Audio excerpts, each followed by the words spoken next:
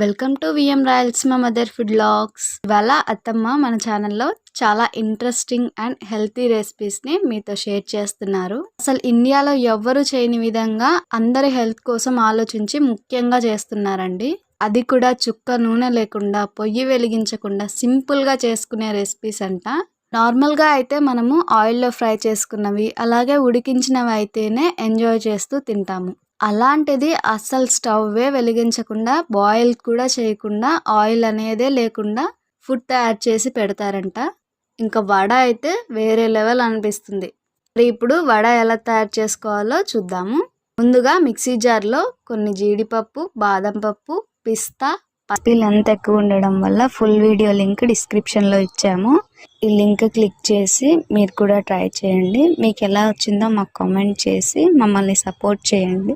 Thank you for watching our channel, friends.